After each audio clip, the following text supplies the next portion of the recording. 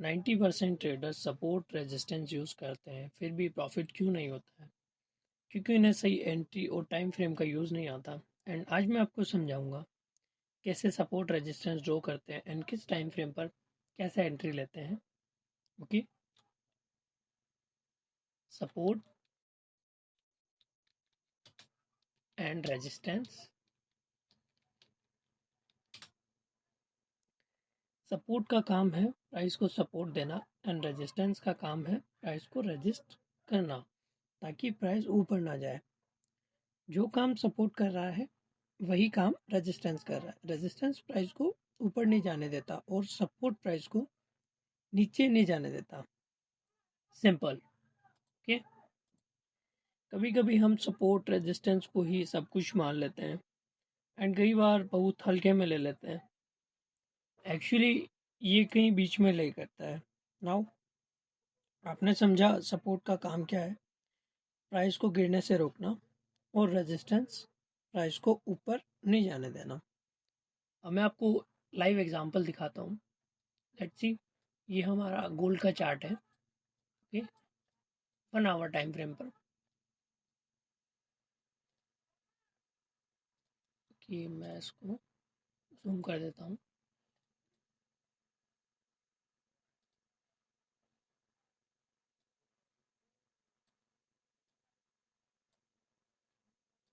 ये हो गया हमारा सपोर्ट।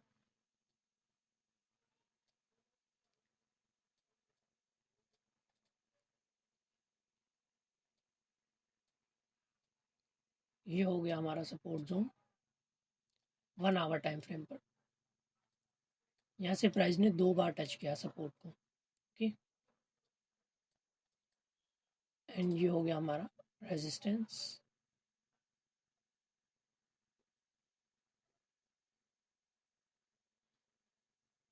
यहाँ से भी प्राइस ने 2 बार टच किया रेजिस्टेंस को। ओके, 4 आवर टाइम फ्रेम पर प्राइस अभी भी सपोर्ट एंड रेजिस्टेंस के बीच में ही घूम रहा है। ओके, मैं EMA रिमूव कर देता हूँ। ओके, नाउ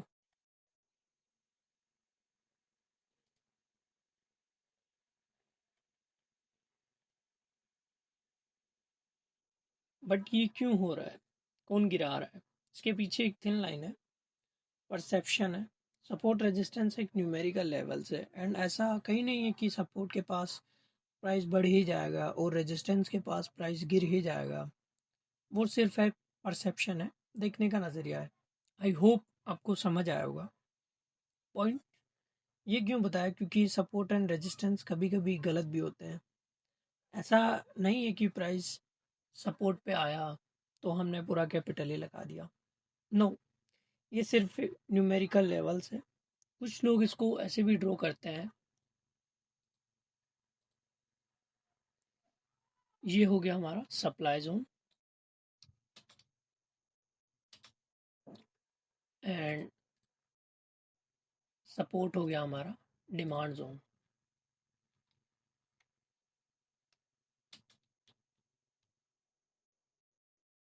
ओके, अब रेजिस्टेंस पर प्राइस है। ये परसेप्शन है कि रेजिस्टेंस से प्राइस गिरा था तो हो सकता है सपोर्ट से भी गिरे। एंड रेजिस्टेंस एक न्यूमेरिकल लेवल्स है, सपोर्ट एंड रेजिस्टेंस। और डिमांड और सप्लाई एक ऐसी चीज़ है जो कि प्राइस को मूव करती है। अगर रेजिस्टेंस के पास सप्लाई आएगी तो प्राइस नीचे गिरेगा। ओके, और सपोर्ट के पास डिमांड आएगी तो प्राइस ऊपर उठेगा। ओके, अगर सपोर्ट के पास डिमांड नहीं आई तो प्राइस ऊपर नहीं उठेगा, और रेजिस्टेंस के पास सप्लाई नहीं आई तो प्राइस नहीं रुकेगा। आपको समझ आया डिमांड एंड सप्लाई कैसे वर्क करती है? ओके, बस ये प्राइस को मूव कर रहा है और support and resistance numerical level से। ओके, मैं आपको BTC पे दिखा देता हूँ। Let's see.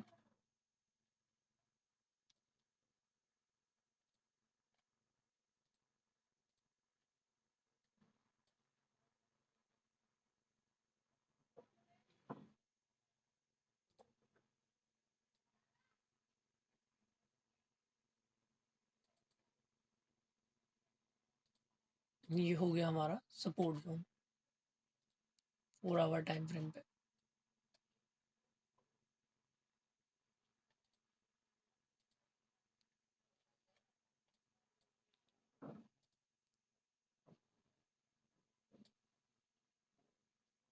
ये हो गया हमारा support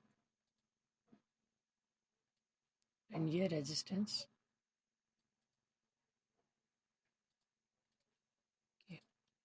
wait, 4 hour time frame पे हमने सपोर्ट रेजिस्टेंस ड्रॉ किया, जो कि 1 आवर में ये ओनली रेजिस्टेंस और सपोर्ट को ही टच कर रहा है।